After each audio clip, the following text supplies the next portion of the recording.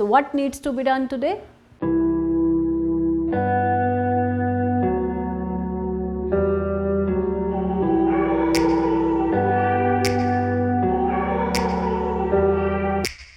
Take me back to a place where I felt at home. Take me back to a day when we weren't alone. Take me back to an age when the world felt small. Way back before we blew it all. So आज हम पढ़ेंगे कि temperature का क्या effect होता है hall effect के ऊपर। सबसे पहले हम ये जानने की कोशिश करेंगे हॉल इफ़ेक्ट होता क्या है। हॉल इफ़ेक्ट डिस्कवर किया था एक फिजिस्ट ने जिसका नाम था Edwin H hall in 1879। He study about the behaviour of electric conductor when kept in the external magnetic field. तो जो हमारे फिजिस्ट थे एडविन एच हॉल, वो स्टडी कर रहे थे कि अगर हम किसी इलेक्ट्रिक कंडक्टर को एक्सटर्नल मैग्नेटिक फील्ड में रखें तो उस इलेक्ट्रिक कंडक्टर के ऊपर क्या इफ़ेक्ट होता है। उन्होंने क्या ऑब्ज़र्व किया, उन्होंने क्या किया, ये इलेक्ट्रिक कंडक्टर है। इलेक्ट्रिक कंडक्टर हमें पता है इलेक्ट्रिक कंडक्टर होता है जिसमें इलेक्ट्रिसिटी कंडक्ट हो रही है। तो इन्होंने electric field the positive negative जिस पे वोल्टेज थी V। तो उन्होंने क्या किया, इलेक्ट्रिक फील्ड की डायरेक्शन क्या होगी, इसकी इस तरफ होगी। और उन्होंने इस टर्मिनल पर AB और DC पर एक वोल्ट मीटर लगाया। उन्होंने देखा कि वोल्ट मीटर की कोई रीडिंग शो नहीं हो रही थी। उन्होंने ये कहा कि across the conductor there is no electric field but across the AD or BC there is the electric field. To measure that voltage, then he kept the perpendicular magnetic field in between these electric conductor we show in this diagram. ये electric conductor है और ये perpendicular magnetic field है। इस electric conductor को जो electricity provide कर रहा है वो ये है हमारी बैटरी जिसके अक्रॉस वोल्टेज है V। इलेक्ट्रिक फील्ड करंट की डायरेक्शन जो है वो इस तरफ है और जो हमारी होल वोल्टेज प्रोड्यूस हो रही है उसको हम मेज़र इससे कर रहे हैं VH से। VH क्या है हमारे पास, होल वोल्टेज जो डेवलप हो रही है। सो बेसिकली ये जो इफ़ेक्ट है वो हमें प्रोडक्शन ऑफ वोल्टेज डेवलपमेंट होती है इससे। सो हम ये होगी इसकी introduction. Could you please explain this once again. तो हम ये पढ़ेंगे हॉल इफ़ेक्ट एक्चुअली होता क्या है। Whenever a current carrying conductor is kept in an external magnetic field, then a voltage is developed provided that magnetic direction of magnetic field and current carrying conductor are mutually perpendicular to each other. So क्या होगा, electrical conductor में एक voltage develop होगी जिसकी direction, इसमें बता देती हूँ, जिसकी डायरेक्शन परपेंडिकुलर होगी।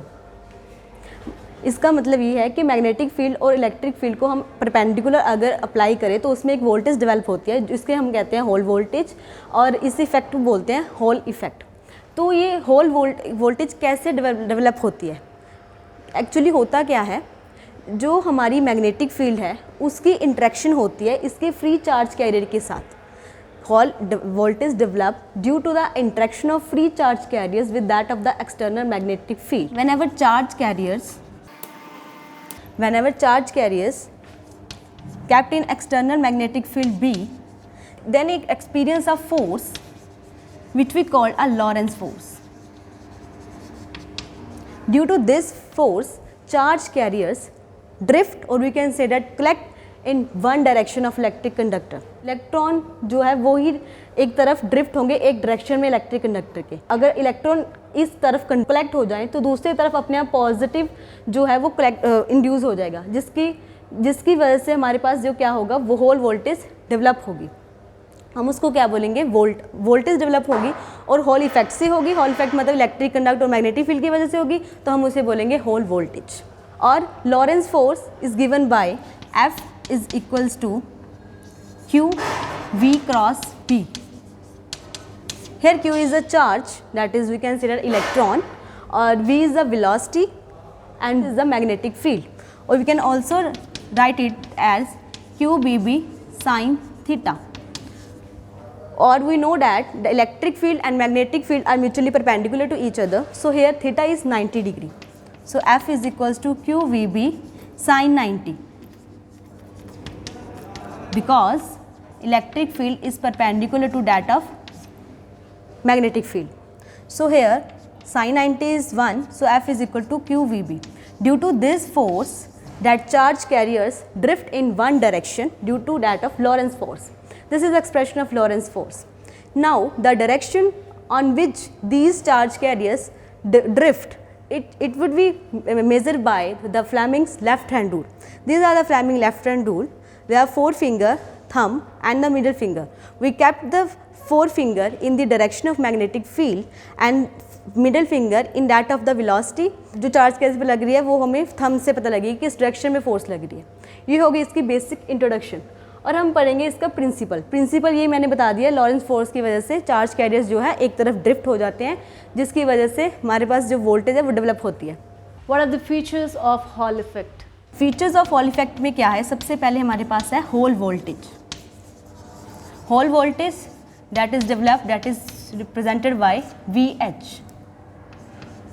Whole voltage will depend on, Hall voltage किस पे डिपेंड करती है, होल वोल्टेज डिपेंड करती है कि हमने कितनी मैग्नेटिक फील्ड लगाई है और कितना करंट हम इस इलेक्ट्रिक कंडक्टर से पास कर रहे हैं और इस कंडक्टर की चार्ज डेंसिटी कितनी है. होल वोल्टेज उस 3 फैक्टर्स पे डिपेंड करती है. उसके बाद है हमारे पास डायरेक्शन एंड मैग्नीट्यूड. सो जो चार्ज कैरियर्स हैं इसके अंदर उसकी डायरेक्शन क्या है वो हमें पता लगेगी फ्लेमिंग लेफ्ट हैंड रूल से, वे किस डायरेक्शन में ड्रिफ्ट हो रहे हैं. और जो मैग्नीट्यूड है वो डिपेंड करेगा इसकी चार्ज डेंसिटी कितनी है और मोबिलिटी कितनी है चार्ज कैरियर्स की. उसके बाद हमारे पास है कंसंट्रेशन ऑफ चार्ज कैरियर्स. अगर हमारे पास जो VH होगा उसकी वैल्यू हमारे पास पॉजिटिव आ जाए तो हमें पता चल जाता है जो इलेक्ट्रिक हमारे पास कंडक्टर है उसमें जो मेजॉरिटी चार्ज कैरियर्स है वो P टाइप है, वो होल्स है. अगर हमारी होल वोल्टेज की वैल्यू नेगेटिव आ जाए तो इससे हमें पता लगता है जो हमारे पास मेजॉरिटी चार्ज कैरियर्स है वो इलेक्ट्रॉन्स है. हम ये 3 फीचर्स हो गए हॉल इफेक्ट के. अब अगला पॉइंट है एक्सप्रेशन दैट वी यूज़. देखना ये भी 3 ही होंगे. There are 3 expressions that we use. First of all, there is the RH, that is Hall coefficient, will be given by VH upon I into T into B. Here VH is the Hall voltage, small t is the thickness of that conductor, electric conductor, I is the current and B is the magnetic field. Second expression is Hall voltage, will be given by IB upon NE. Here again I is current, B is magnetic field, N is number of charge carriers and E is charge of electron. Third is mu, that is mobility, which is equal to RH into E. There are the 3 expressions that we use. बेटा M क्या था? Effect of temperature on Hall effect. So what were we doing until now? These are the basic idea that how Hall voltage develop. और अब Now we will study about what is the effect of temperature. go ahead. If we increase the temperature or we reduce the temperature, then what is the effect on Hall voltage? If the electric conductor is semiconductor, if we use the semiconductor, then on increasing temperature, on temperature increases, if temperature increases, we know that more number of holes and electrons are generating due to the temperature. That is number of charge carriers that is holes and electrons will induces more. If number of charge carriers is more, then their mobility is decreases. Why? If there is number of charge carriers are more, then the space for their mobility is decreases. That's why the mobility is decreases. If mobility is decreases, then mobility is directly proportional to RH, that is Hall coefficient. If mobility is decreases, then RH is also decreases, and RH is directly proportional to Hall voltage. If RH decreases, then VH is also decreases. So what's your point here? So we can conclude that on increasing temperature, the Hall voltage is decreases. Second, if we use conductor, if we use conductor here, then we know that on increasing temperature, conductor's mobility is not such increases or decreases, it remains constant. So on increasing temperature, conductivity of conductor or Hall voltage remains constant. Jashan, why are we doing all this? I mean, are there any applications of Hall effect? Applications of Hall effect, or why do we study Hall effect? The applications of Hall effect are so many, also in medical field, aerospace, or we can say that in electronics field. By Hall effect, we can easily determine the material that we use is the p type or n type. Also we can study about that the number of charge carriers in this field. Also in biomedical field we can determine insisting MRI or detecting the blood pulse velocity, or in aerospaces we can also have so many applications are there. Now I would like to talk about the Hall sensor. What is Hall sensor that we use in our daily life? Hall sensor is a magnetic sensor. Hall sensor is a magnetic sensor which sense magnetic field and produce electric field. Hall sensor एक magnetic sensor है जो produce electric field करता है, sense वो magnetic field को करता है और प्रोड्यूस इलेक्ट्रिक फील्ड को करता है। ये हमारा होल सेंसर जो है वो डोर्स ओपनिंग में और हमारे जो व्हीकल्स होते हैं उसके जो स्पीडोमीटर्स होते हैं उसमें यूज़ होता है।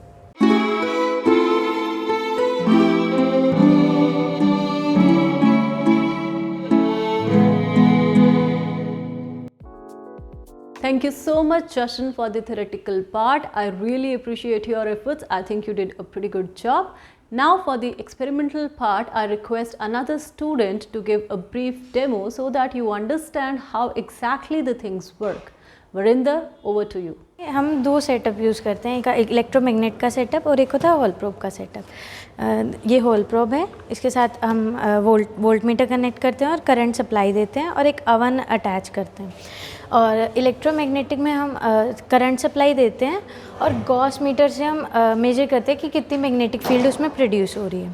तो सबसे पहले इलेक्ट्रोमैग्नेट है, उसमें कॉइल्स होती हैं जिसके अंदर मैग्नेटिक फील्ड प्रोड्यूस होता है अगर हम करंट देते हैं, जैसे सोलेनॉइड में प्रोड्यूस होता है ना, काइंड ऑफ लाइक दैट। और गॉस मीटर से हम गॉस प्रोब है ये, और इससे हम मैग्नेटिक फील्ड मेजर करते हैं, इसको इसके सेंटर में रखते हैं और देखते हैं कि कितना मैग्नेटिक फील्ड आ रहा है। और तो फर्स्ट थिंग अगर हम इसको ऑन करते हैं इसको, तो इसमें ना कोई मेजर नहीं आना चाहिए, लाइक ज़ीरो होना चाहिए। तो हम ज़ीरो एडजस्टमेंट यहाँ से सेट कर लेते हैं। अगर बड़ा प्रॉपर ज़ीरो आनी चाहिए यहाँ पे वैल्यू। यहाँ पे इतनी कम आए तो चलती है क्योंकि हमें जब एक्सपेरिमेंट करना है तो वो थाउजेंड्स में वर्क करना है।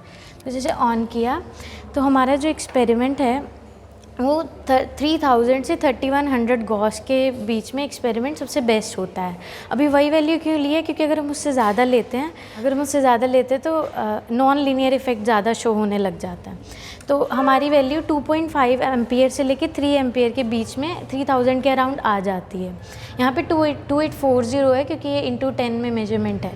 अगर इंटू 1 में करेंगे तो कोई रीडिंग नहीं आएगी क्योंकि हमारी 1000 से अब जा चुकी है वैल्यू। अब ये होल प्रोब का सेटअप आता है। ये स्टार्टिंग में मैंने इतना करंट दे दिया और इतनी मेजरमेंट ले ली, तो हमारा गॉस प्रोब के साथ काम ख़त्म हो जाता है। इसको हम ऑफ़ करके रख सकते हैं। The next thing we have is Hall probe. इसके साथ हम इसमें जर्मेनियम है, यहाँ पे करंट सप्लाई करते हैं हम, उसके परपेंडिकुलर वोल्टेज हम मेजर करते हैं। इसके साथ अवन भी अटैच्ड है क्योंकि हम डिपेंडेंस देख रहे हैं टेम्परेचर में कितनी है। इसको हम यहाँ पे लगा देते हैं। हम इनिशियली चेक कर लेंगे कि इलेक्ट्रोमैग्नेट में इतनी स्पेस है कि ये आपस में टच भी ना हो और इतनी जगह हो कि ये प्रॉपरली वो सेट हो जाए उसमें, और ये दोनों इक्वल निकले होने चाहिए दोनों साइड से ताकि मैग्नेट फील्ड प्रॉपर रहे। तो नेक्स्ट वी ऑन दिस, और यहाँ पे हम सबसे पहले देते हैं प्रोब करंट। प्रोब करंट हमारा फिक्स होता है 4 मिली एम्पियर। इसकी भी वही वैल्यू है कि सेंसिटिव और स्टेबिलिटी यहाँ पे सबसे बेस्ट आती है, इसलिए हम 4 मिली एम्पियर यूज़ करते हैं वैल्यू। तो ये 4 मिली एम्पियर सेट हो गई। अब हमें ना प्रोब करंट सेट करना है ना हमें उस साइड इसको चेंज करना है, ये हमारा ऑलरेडी सेट हो चुका है। अब हॉल वोल्टेज मेजर करनी है, हमें हीटर करंट बढ़ाना है और उसके कॉरस्पॉन्डिंग हॉल वोल्टेज चेक करनी है कि कितनी आ रही है। वही हमारा एक्सपेरिमेंट है। तो सबसे फर्स्ट थिंग यहाँ पे भी हम ज़ीरो एडजस्टमेंट करते हैं कि ज़ीरो हीटर करंट पे हमारा थर्मो ईएमएफ भी ज़ीरो आना चाहिए।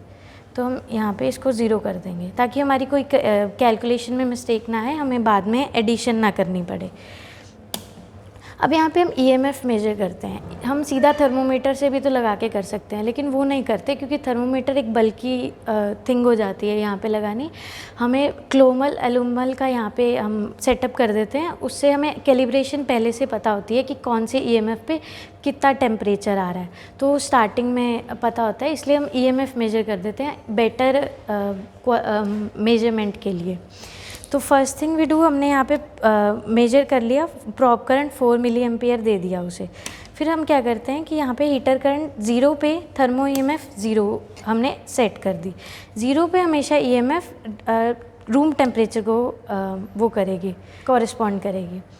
तो उसके बाद हीटर करंट ग्रेजुअली बढ़ाएंगे, 100 पे कर देंगे, जो लाइट ऑन हो रही है उसके कॉरेस्पॉन्डिंग वो मेजरमेंट दिखा रहा है।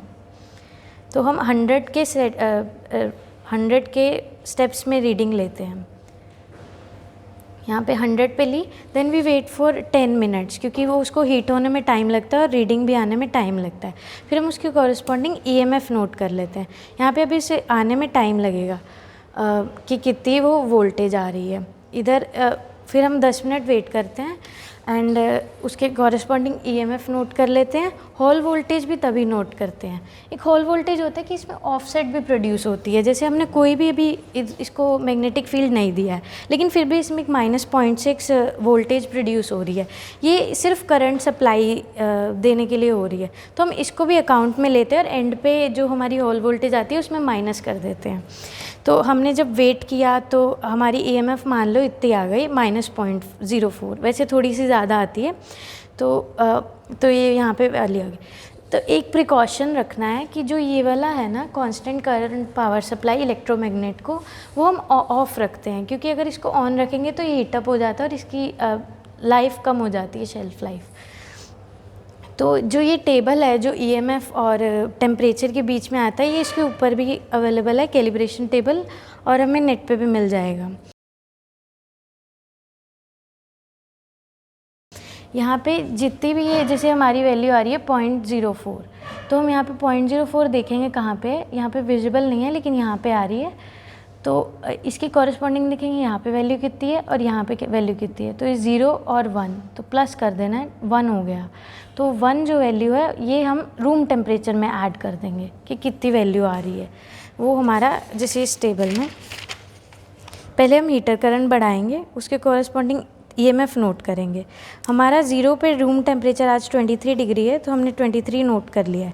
फिर अगर हम 100 पे हमारी वैल्यू आ रही है मान लो 0.04, तो उसके कॉरेस्पॉन्डिंग हमारा यहाँ पे टेबल पे 1 आ रही है, तो हम 23 में ऐड करेंगे कि 1, और हमारा टेम्परेचर आ जाएगा 24। तो ऐसे से हमें वो नोट करती रहनी है। साथ साथ हमें होल वोल्टेज भी नोट करना है कि होल वोल्टेज कितनी आ रही है इस साइड। होल वोल्टेज हमें करंट सप्लाई ऑन करके करनी है। करंट सप्लाई ऑन करके हमें होल वोल्टेज मेज़र करना है कि कितना आ रहा है। इस पे 22.6 आ रहा है। ऑफसेट जब करेंगे तो उसको ऑफ कर देंगे, वो -0.57 आ रही है यहाँ पे। तो इन दोनों को माइनस करेंगे तो जो हमारी वैल्यू आएगी वो करेक्टेड होगी। और उसके बाद हॉल कोफिशिएंट, जैसे आपको पहले हमने बताया कि एक्सपेरिमेंट में इसका फॉर्मूला होता है RH = V/T/I/B। V हमारा होल वोल्टेज हो जाएगा, T हमारी थिकनेस हो जाएगी, ये हमें गिवन है 0.5 मिलीमीटर। I हमने जो प्रोब को करंट दिया, B हमने कितना मैग्नेटिक फील्ड रखा है इसमें, वो हम ये सारी वैल्यू कैलकुलेट कर लेंगे। फिर एट द एंड हम ग्राफ बनाएंगे टेम्परेचर और हॉल कोफिशिएंट के बीच में। इसका ट्रेंड बनेगा ऐसे डाउनवर्ड होना चाहिए कि जैसे जैसे टेम्परेचर इंक्रीज़ हो रहा है हॉल कोफिशिएंट कम होता जा रहा है। ये डिपेंडेंस होगी टेम्परेचर की, हॉल कोफिशिएंट की टेम्परेचर पे। अभी हम यहाँ पे सेमीकंडक्टर ज़्यादा क्यों यूज़ करते हैं, क्योंकि सेमीकंडक्टर में कंडक्टर की इतनी ज़्यादा टेम्परेचर के साथ वेरिएशन नहीं होती है। अगर हम वेरिएशन करते हैं ना तो इतनी ज़्यादा हॉल वोल्टेज पे डिपेंडेंस नहीं आती, तो हम सेमीकंडक्टर में इसमें ज़्यादा परफॉर्म करना पसंद करते हैं। Varinder, is there anything else that you would like to add over here? One thing है कि अगर ये नेगेटिव में वोल्टेज आ रही हो ना तो फिर उसमें कुछ डरने की बात नहीं है। बस इस प्रोब को हम उल्टा कर देते हैं, क्योंकि वो जो वोल्टेज प्रोड्यूस हो रही है वो उल्टी साइड हो रही है, तो हमने लेकिन मेजर उससे दूसरी साइड कर रहे हैं। तो यहाँ पे अगर हमने इसको प्रोब को उल्टा किया तो ये वोल्टेज पॉजिटिव में हो गई। वोल्टेज यहाँ पे पॉजिटिव में हो गई है।